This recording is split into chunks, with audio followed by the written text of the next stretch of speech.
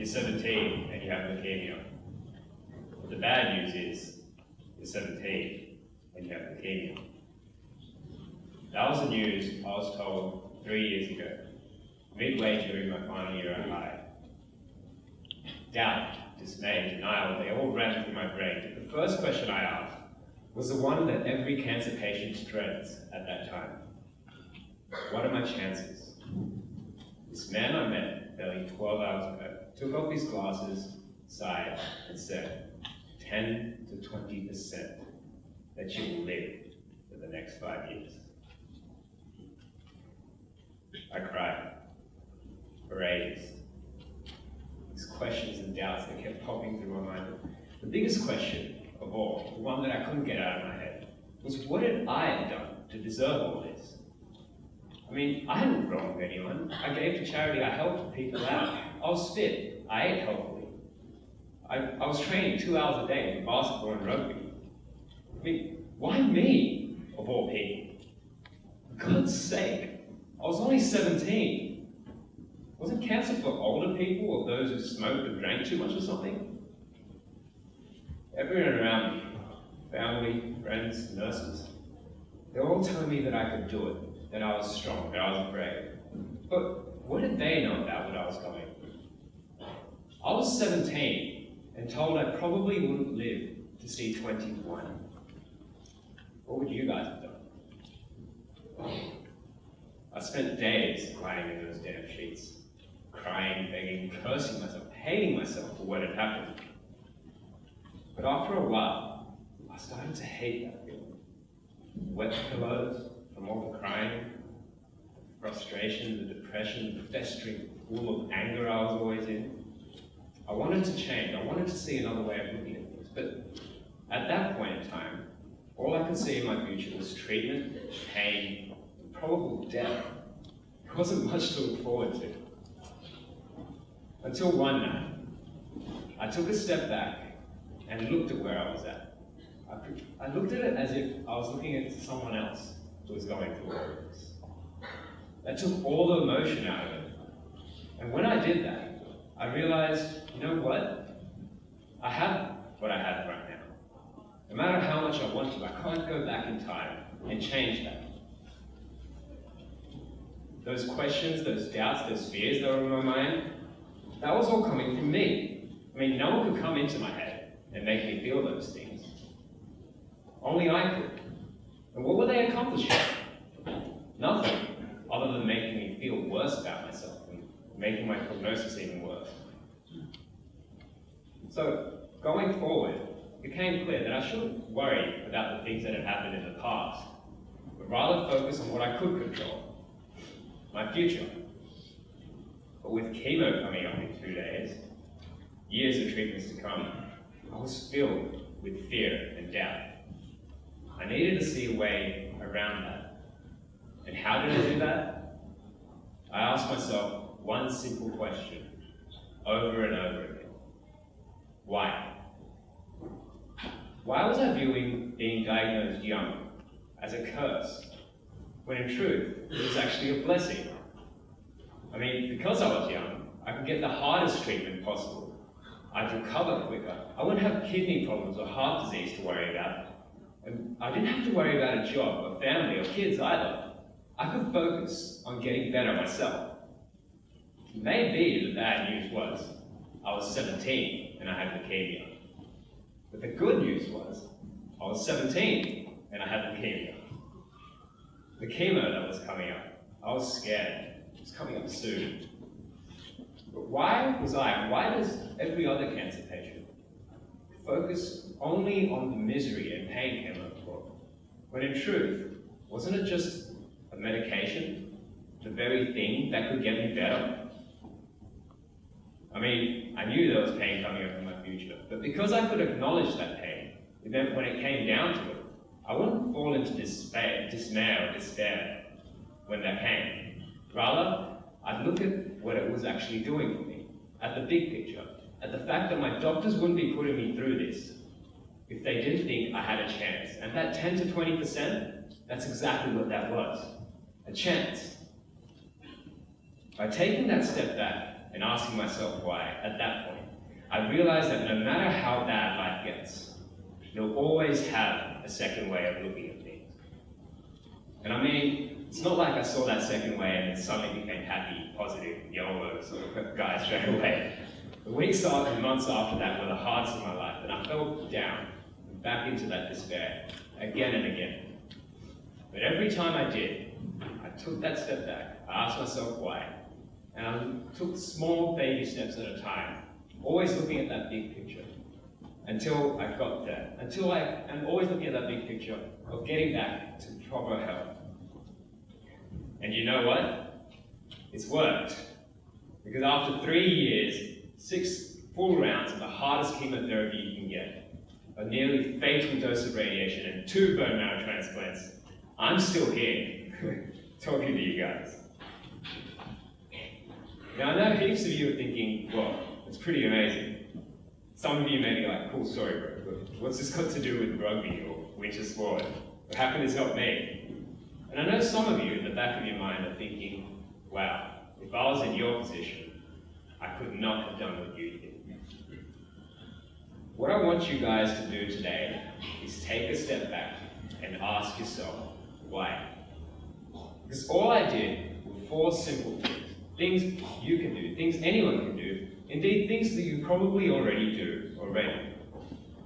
And those things, they haven't helped me just beat cancer, they've helped me in all my life's goals after that. So what were they? 1, I took a step back and analyzed where I was at, without emotions making me biased. And I focused not on the past, or on what I could control, the future. 2, I acknowledged that there would be things in my path that would stop me, that it would take time to get there. 3, all the doubts that I had, all the fears, I questioned them until I saw a second, more positive, more constructive way of looking at things. And 4, I went forward, taking 1 baby step at a time, always looking at that big picture until I got there. So how can this help you guys in your sporting and school life? Well, before you even pick up the book, before you lift a weight, before you do an exercise, take a step back and plan your journey forwards. I've always believed in that saying, work smart, not hard. And in terms of your studies, that's pretty easy in high school. I mean, everything you need to know is set out for you in your syllabus, in past papers. Look at what you need to learn before you even start doing that. And when it comes time to put them into practice in the exam, you'll know exactly what to do. Things you don't understand, the things that you don't get, take a step back, go to the basics, go to your last exercise, and if you still don't get them, use everything that you have in your hands here. Internet, YouTube, awesome teachers and friends you're privileged to have at this school. And you'll get those things that you couldn't get before.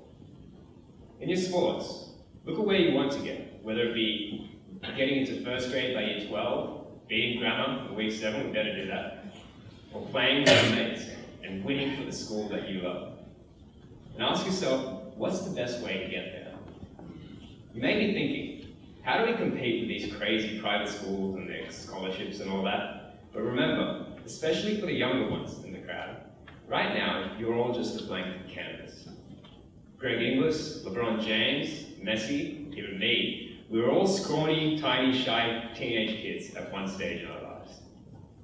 Sure, you can say they had genetics on their side, but you guys have something they didn't. Technology, information, facilities at your hand. Hell, you have a national rugby team's weights coach in TJ, just waiting there to ask you, to help you get huge. And most importantly, you guys have something all the other GPS schools don't have. Brains. In sport, right? Read up on the best training tips, the diets and foods that will take to maximize your efforts. Watch the pros play on TV, right? But don't just watch them for the highlights and don't just marvel them. Look at the decisions they make, the plays they use, the spaces they exploit, and become smart athletes. And I guarantee you, you'll start winning more by doing that. Now, it's great to focus on the future and plan ahead, but you also got to acknowledge that it'll take time to get there, and that there are things that may slow you down on the way. Now, hopefully those things will never be as bad as what I got. But the major thing stopping you right now is probably you. Lots of things will distract you. Facebook, YouTube, games, just laziness. And hey, I'm guilty of that myself. Like, I spend hours on that weird side of YouTube wondering who makes up this crap. But when you take a step back, you'll see that, and it's all right, I mean, a little bit of that is cool. But take a step back and you'll see that too much is just hurting your future. And it's stopping you from being the best version of yourself. Now, how do you get around the fun that you're having? Well, take another step back, and you'll see that what you're doing, and ask yourself what you're doing in the first place. I mean, after you scroll down a few times on Facebook, you're just reading the same posts over and over again. And your log games, sure, they're fun for 30 or 40 minutes, but you're just playing on the same map again and again. Realize that after a while, you're not even enjoying things, you're just doing it to get away from the thing that seems boring. Why not instead remember that glee you felt when you got a question right in an exam that you just barely learned a few days before that? And I know some of the stuff that you're learning may seem pointless now. And I know I get that way sometimes when I study medicine too. But when I feel that way, I ask myself, why? And instead of looking at it as something that I need to pass an exam, I apply it to real life. Biochemistry behind protein-gated ion channels in the heart, they're boring to learn. But when I look at how we can manipulate them with drug compounds, reduce someone's heart rate and blood pressure, and save them after a heart attack, that becomes so much more interesting. The techniques and critical thinking you learn in English, they'll help you understand the ploys people, politicians, and companies use to sway you. If you can learn them, you can manipulate others in the future. Right? There's graphs and curves you're learning in maths. Master them, and in 10 years, you'll be using them to predict stock market fluctuations and making millions along the way. The passing drills you do for hours in training may suck, but when you look at how Cooper Cronk used that same pass and draw to put Australia over for a try, it becomes so much more interesting. Use your mind to put you on your side and to keep yourself motivated. But a lot of the time, it's your own self-doubt that gets in your way. Now, without this becoming a PE theory sort of lesson, you guys have lots of hormones running around in your body, and you're getting hair in new places, that sort of thing.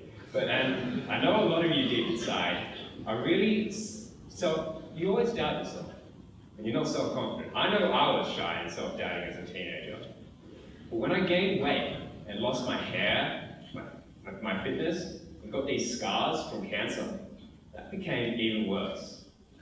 I stopped myself from going out.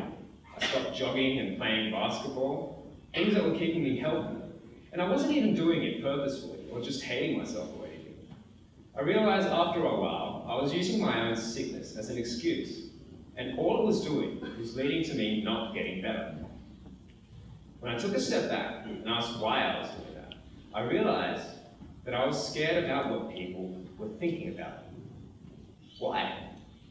First of all, most people were probably not thinking anything bad of me in the first place. But even if they were, why was I letting the thoughts of a random person stop me from being happy with myself? Wasn't that just making them win? So I stopped worrying about others' judgments of me. And you know what? I'm the most happy, self-confident version of myself right now. So the next time you guys don't feel like hopping on the bench press because the older boys could lift a lot more than you, take a step back and ask yourself why you're afraid. Because in a few months, maybe years, by using proper form and adding small weights at a time, you'll end up probably outlifting and outperforming those who are snickering at you in the background. Next time you want to ask a question in class, don't think about how stupid others will think that you don't understand something. Think about the shame, the regret, and how stupid you'll feel when you get your exam results back and you figure out you missed out on the few marks that would have gotten you somewhere just because you hadn't asked that question. You won't become confident and self-happy straight away. It won't take a day or two, right? It'll take small steps at a time. Just say hey to a stranger, smile at them, right? Make a joke one day, if it comes to your head. And eventually you'll be up on stage, talking in front of 1,000 people, and being the best version of yourself that you can be. Now, if the hurdles in your journey get serious, things like family issues, deaths, sickness, or depression get to you, by all means, use those 4 steps I've been raving on about to get yourself out of it. But at the same time, talk to someone. I know it seems like I did everything on my own, but remember, it was my doctor's words that got me to see a second way of looking at things in the first place. When I went into relapse, when a friend of mine died who had the same exact thing as me, only talking to my parents and my friends helped me to see around that. It's never weak to ask for help. It's weak to hide it from others. The school counsellor, the teachers, kids helpline, there are heaps of things there to help you. Dowdell, he'll put you on detention for being 2 minutes late to class, true story. But when it comes to last-minute catastrophes, issues before exams, or tragedies, he'll be there for you. He'll be backing you up, believe me. And you always have me as a willing ear to talk to. And you can find me through Googling or Facebooking Musings of a Med Student Patient. That's MUSINGS for the ESL in there. But I'll be happy to talk to you about anything and everything. And you can find the stuff that I write about. And hopefully it'll help you out. So I hope today I've helped you all get the best thing you can have, not just in school, not just in the competitions and events to come ahead, but for life. And that thing is you. You guys are awesome. Thank you.